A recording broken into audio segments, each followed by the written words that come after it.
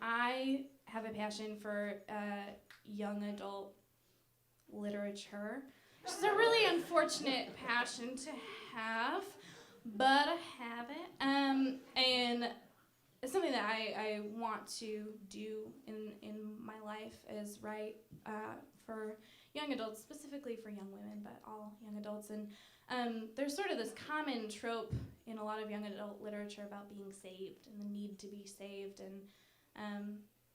And then I heard this news story a couple years ago on, I think it was Radiolab, about the CPR doll that everybody learns CPR on, and that she was actually a woman who lived in Paris in the late 1800s. And basically that this face that we all, or that a lot of people have learned to push their breath into was a real person, and just sort of this idea of saving people that maybe don't need to be saved or never wanted to be saved. And so that's where this poem comes from. And it's an open letter from Rescue Annie to the Norwegian toy maker Asmund Lerda. Dear Asmund, when people ask you how you and I came to be, do you tell them that our love story started with choking?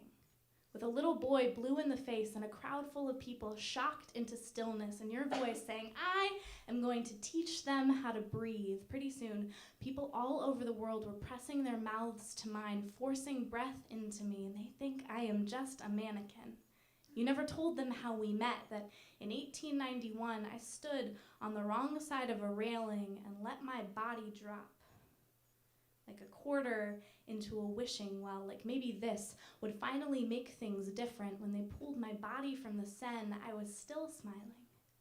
You saw my dead face in the newspapers and called it your perfect canvas, said I was so beautiful. Men couldn't wait to put their mouths on me. Pretty soon, newspapers started calling you a hero. Because even though you couldn't bring me back, you kept trying. But CPR won't bring anyone back from the dead. It's just an attempt to preserve the bodies, and more often than not, the only thing you succeed at is cracking ribs. Asmund, if you hadn't turned me to hard plastic, my body would be broken hundreds of times a day by careless hands, trying desperately to save me. Each push on my chest like the slamming of a door, and I am already gone. My body is the first place so many people learn that sometimes saving someone is just another term for holding on after the body's gone cold. For that moment, you press your lips to someone else's, knowing it is the last time you will ever hold their body against yours, memorizing the exact anatomy of futility. Asmund, when people ask you how you and I came to be, do you tell them our love story started with choking? Am I everything you had hoped for? You've kept me 17 for 122 years now. Soon will you dress me in a graduation gown? Carry me across the stage on our wedding day. Will you hold my torso to your chest for our first dance? Place a gentle hand across the back of my neck and say, smile, Annie. Smile like I ever had a choice. I have not broken this smile since you melted my face into it, and you laugh and laugh because you are so clever. We are not unique. We are like so many other love stories of clever men and the women they melt down to better fit their hands, but they are right to call you a hero. You've kept so many people alive, I just never asked to be one of them. Let them bury me in an unmarked grave. Tell them I never asked to be saved, never asked for anything but stillness. I was born with perfect lungs, and I knew how to breathe before you got here.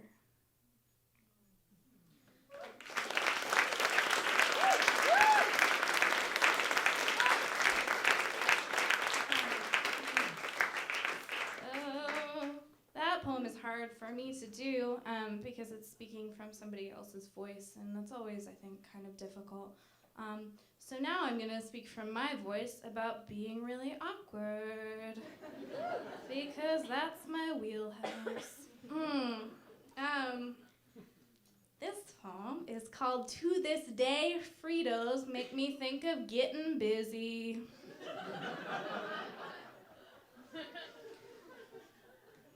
So the game was 7 minutes in heaven, and I was going to win.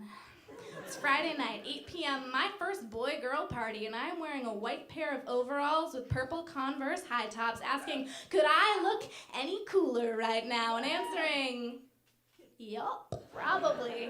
But that didn't matter, because I was at a boy-girl party, and you can tell how experienced I was by the fact that I was calling it a boy-girl party when I was a sophomore in high school. But there you were, with a joint in one hand and a bag of Fritos in the other, looking like everything I have ever wanted in a man.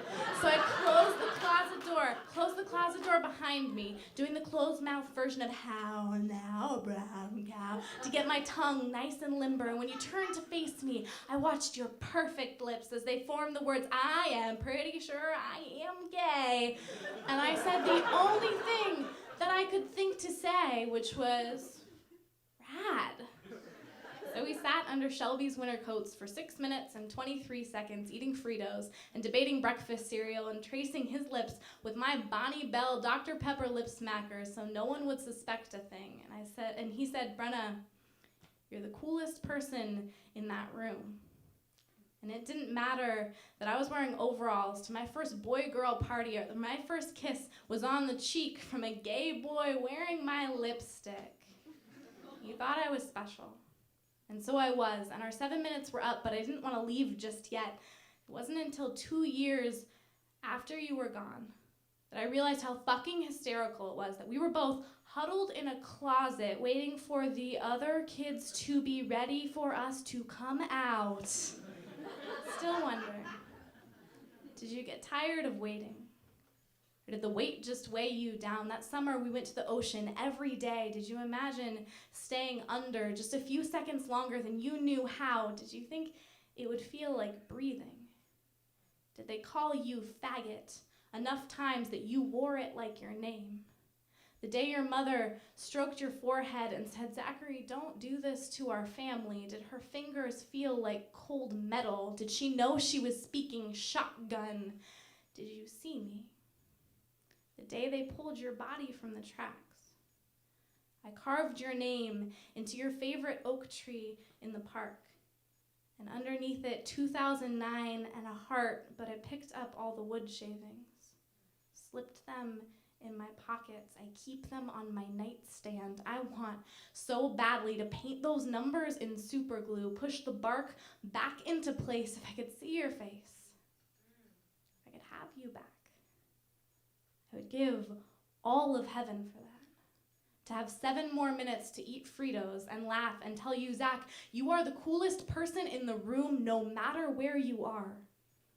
When our time was up and you reached for the door, I would cover your hand in mine and say, not just yet. Not just yet. Thank you.